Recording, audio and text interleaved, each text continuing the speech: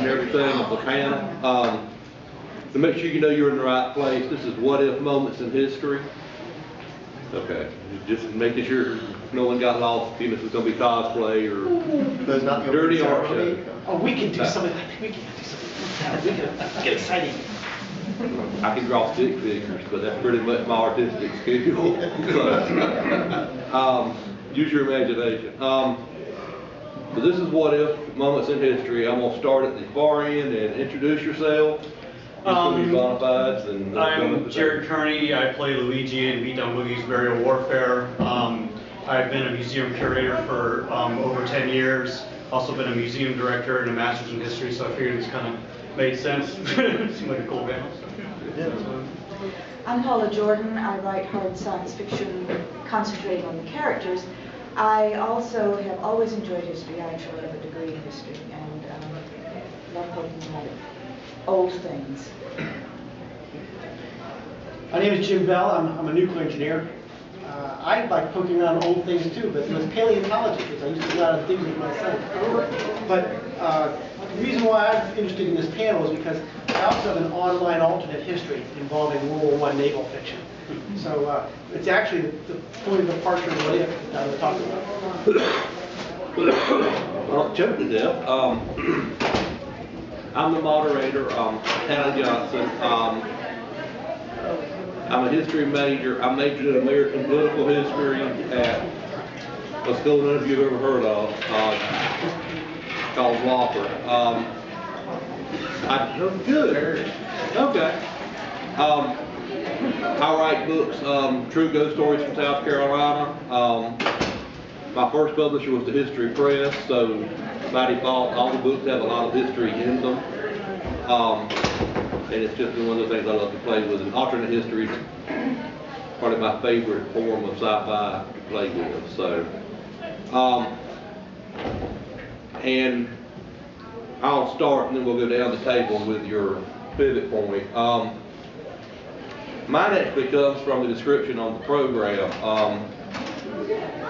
But instead of Henry Wallace succeeding FDR, what if Jimmy Burns had succeeded FDR in 45?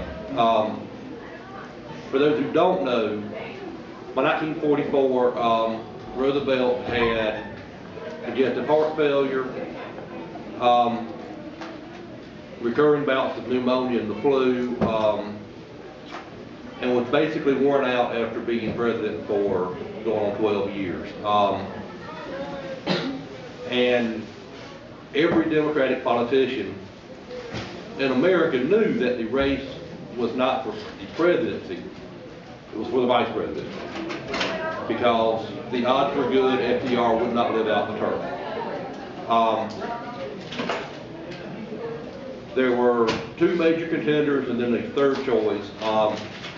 Henry Wallace was Secretary of Commerce, very liberal,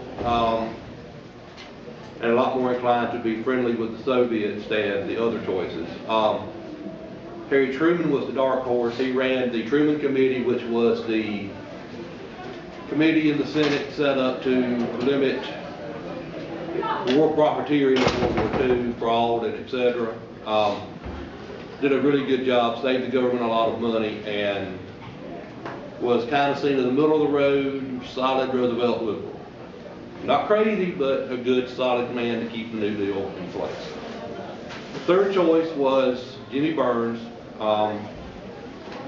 who was the progressive governor of South Carolina back when we had such things,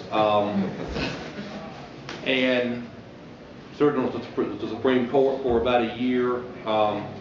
Actually left the court to serve as Roosevelt's head of the War Office of Price Administration. So basically, he set prices and wages throughout the economy, and received high praise for his service there. Had been a senator, knew the ins and outs of power, and everybody thought Burns was to pick because they called him the assistant president. I mean, he was at the White House more than Eleanor was. I mean, he's the guy Roosevelt called first.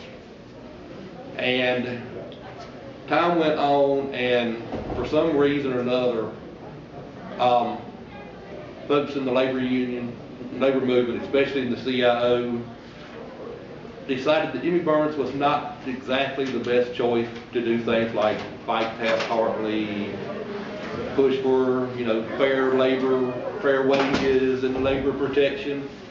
That's not Jimmy Burns' thing, so we're not going to give him any money. And being from South Carolina in 1944, Burns was a segregationist. Made Harry Byrd look like a liberal on segregation. After he became governor, after he got pissed off at Truman, actually he spent money to improve the black schools in South Carolina. So the NAACP and the Pullman Porters Union, Philip Randolph, let it be known that we can't support Jimmy Burns. So it became a two-horse race, Truman and Wallace. Truman got the pick. April 12th, FDR had a massive heart attack and dropped dead. The rest is history. If Jimmy Burns had been the pick, first, I don't think he would have dropped the bomb on Hiroshima and Nagasaki. Not out of any love for the Japanese particularly, but because Burns was not a forward thinker. He had served in Congress during World War I. He was a fan of the frontal assault. We have the men, we have the machinery. Take Tokyo out. So the odds are real good. I wouldn't be sitting here because my granddad was in the Navy in World War II in the Pacific and would have been in the first wave to go ashore at Tokyo Bay. So I wouldn't be here today if Burns had been president. The other thing Truman did in 47 was Truman integrated the armed forces by executive order, which was key in Korea because it proved that integrated units could perform well and black non-coms could command white enlisted men without any real issue. Because there were some non-coms who got moved over when they integrated, and Burns was not assigned that order. So we would have gotten into a conflict in Korea with heavily segregated armed forces, largely southern officer base, and I don't think it would have gone quite as well as it did. Not that Korea was a great victory, but I think it would have been a whole lot worse. And I don't think he would have fired MacArthur. So it's entirely likely that we'd all be going in the dark because, we have to stop the communists somehow, so let's put a couple in the men's room in Beijing. So that's my pivot point. But on the bright side, we'd also be voting Democrat in the South instead of Republican. So, it's kind of a win-lose situation. Because I think Burns, being president, would have probably held up progress on civil rights for at least a generation. Because there would have been no model with the armed forces being integrated, and he would have pulled from that congressional senatorial wing of the Democrats, and it would have been a lot slower to go.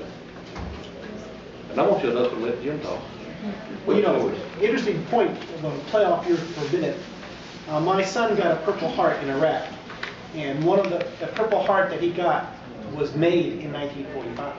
They made over 500,000 Purple Hearts because they expected that many casualties in the first waves of Operation Olympic and all the other ones. So that would have been I'm not so sure would Korea would have been the same because the World War II would have kept going for a while. That's true. All the Chinese were dying, all the Soviets were dying, all the Japanese were dying. We would have ended up invading, we would end up crushing their infrastructure. They wouldn't have been able to feed themselves in the winter of 45. There would have probably been millions of dead in Japan with cholera alone. Yeah, that's true. Anyway, that's the nuclear bomb aspect. I could go into that as well. But my pivot point is a little more specific. It's 11 o'clock in the local time in the morning on January 24th, 1950. At this point in time, the United States is not in World War I. World War I is not even a year old.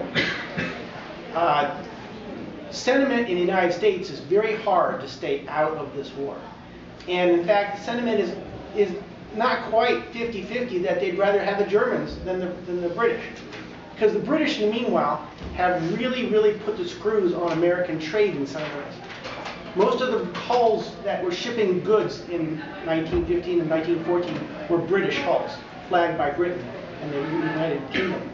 And so they weren't allowing rubber to be used by anything other than a car in the United States. We could not ship a car to Italy because they were afraid the rubber might end up in Germany. But the British could, a British firm could. It was causing a lot of resentment. A lot of the markets that United States merchants had before World War I were not being serviced because we could no longer sell food and cotton to Germany. To show you how this progressed, the cotton senators were so upset that their cotton, see, Britain didn't need the cotton because they were getting it from Egypt. So we were selling a lot of our cotton for uniforms and clothes to Germany and Austria-Hungary, and yet they weren't allowed to do that. So the southern senators said that unless they talked to Sir Grey, and said, who was the foreign minister of Britain, said, unless you let our cotton cargoes through as you're supposed to by the Treaty of The Hague 1907, we're going to take action. I have to understand the War of 1812 began the same way, which was Britain was fighting France, and they were trying to restrict all trade, food, cotton, everything to France. Thomas Jefferson was in charge then. He was Woodrow Wilson, however much you think of Woodrow Wilson, was not Thomas Jefferson. So he was really bowing to the British interest. And because the trade levels were going up so much overall, he was able to keep a lid on it for a long time. Because Britain was no longer able to have all their farmers and factories working, they were fighting and dying. Same with France. And we were selling a lot of food and a lot of materials to Europe, that part of Europe.